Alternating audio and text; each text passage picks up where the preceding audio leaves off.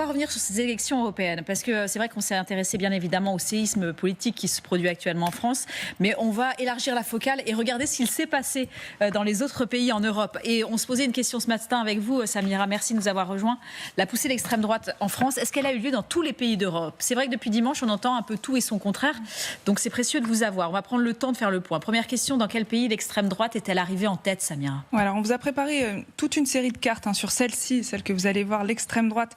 On va voir en fait dans quel pays l'extrême droite effectivement est arrivée en tête, et c'est dans 5 pays au total. On peut d'abord citer l'Italie, et le parti de Giorgia Meloni récolte près d'un tiers des suffrages, 28,7 précisément. C'est moins que le Rassemblement national chez nous, 31,4% des voix, mais c'est plus qu'en Autriche où le FPO a fait une percée historique, ou en Belgique. C'est le cas de figure particulier parce que là-bas ce sont deux partis d'extrême droite qui arrivent en tête presque au coude à coude, et du coup en additionnant les résultats de ces deux partis, on obtient un tiers des suffrages. En Belgique aussi, la Hongrie, on est obligé de citer là aussi parce qu'ils font le plus gros score avec presque 45% des voix des Hongrois qui ont voté pour la Fidesz de Viktor Orban. L'autre point intéressant quand même de comparaison, c'est qu'en 2019, on avait déjà 5 pays avec l'extrême droite qui arrivait en tête des suffrages si on compte le Royaume-Uni.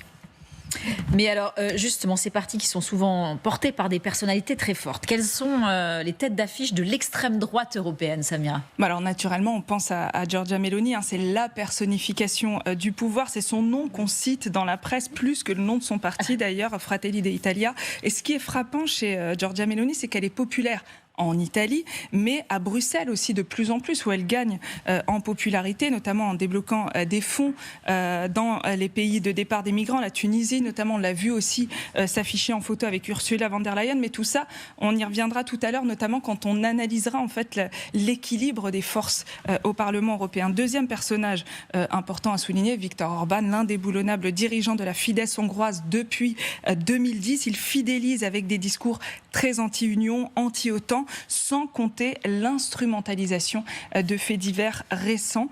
Troisième personnage intéressant, Alice Weidel. Elle est intéressante parce que donc c'est la co-dirigeante de l'AfD allemande, c'est pas elle, la tête de liste, mais elle a un profil atypique. C'est une ancienne de la Goldman Sachs avec un style de working woman. Elle capitalise sur son homosexualité pour montrer que finalement, c'est pas incompatible avec un parti d'extrême droite. Allez, un petit dernier pour la route. Celui-là, je vais pas vous le présenter évidemment, mais ce qui est intéressant à voir avec Jordan Bardella, c'est comment il est décrit par nos voisins européens, le candidat TikTok. C'est comme ça que plusieurs journaux européens l'appellent. Candidat TikTok de 28 ans, star des réseaux sociaux. Je rappelle qu'il cumule plus d'1,5 million d'abonnés sur la plateforme chinoise, 649 000 sur Instagram.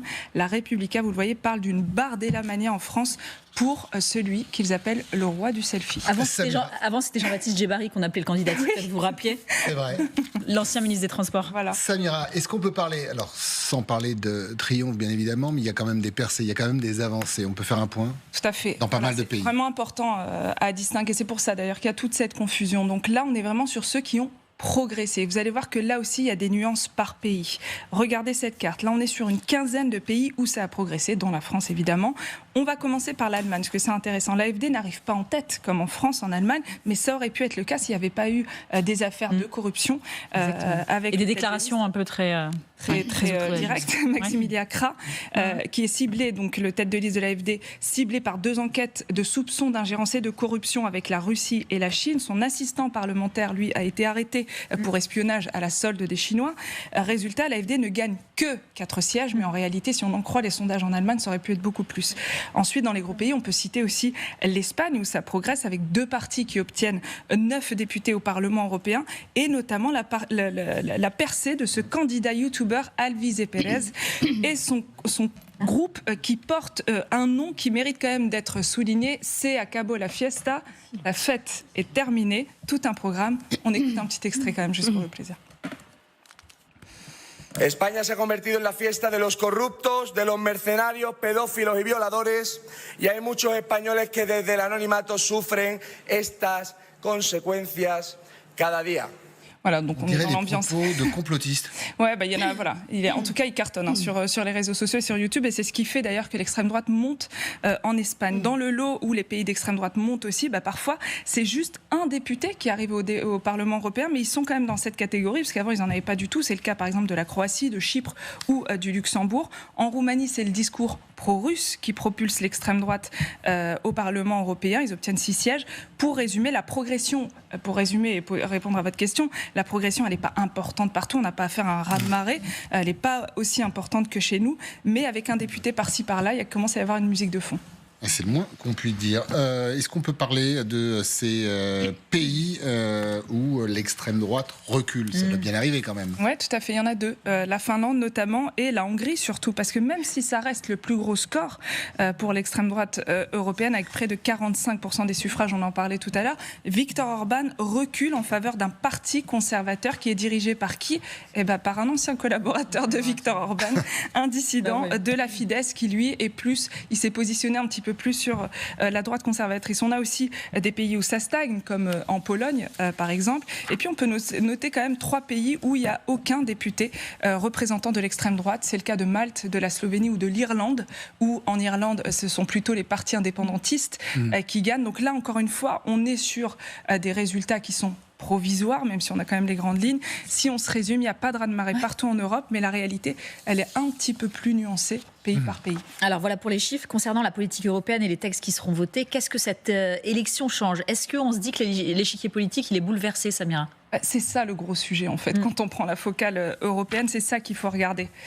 Tous les groupes, tout pays confondu, si on compte l'extrême droite officielle, c'est-à-dire les partis qui sont déclarés comme tels et les non-inscrits d'inspiration d'extrême droite, on est environ à 1/3 des députés au Parlement européen qui sont d'extrême droite. Dans ces non-inscrits, il y a quand même Viktor Orban.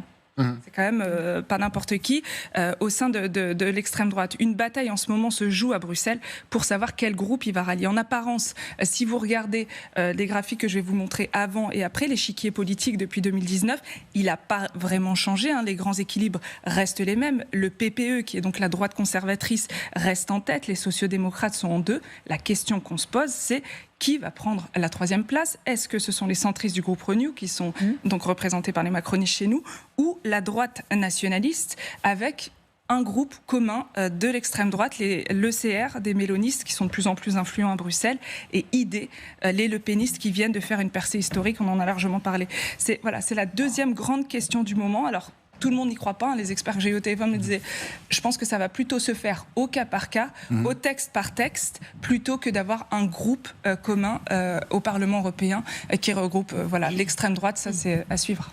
Et ça, merci beaucoup Samira. Ça sera tranché quand? Quand le Parlement européen va se réunir pour la première fois en juillet, mais ça sera surtout discuté entre Marine Le Pen et peut-être l'Italie et Giorgia Meloni. Marine Le Pen a dit c'est pas si important qu'on ait un seul groupe. Ce qui est important, c'est qu'on vote ensemble sur des textes pour évidemment bloquer un certain nombre de projets. Donc on verra. Mais le rôle d'Orban sera aussi très important.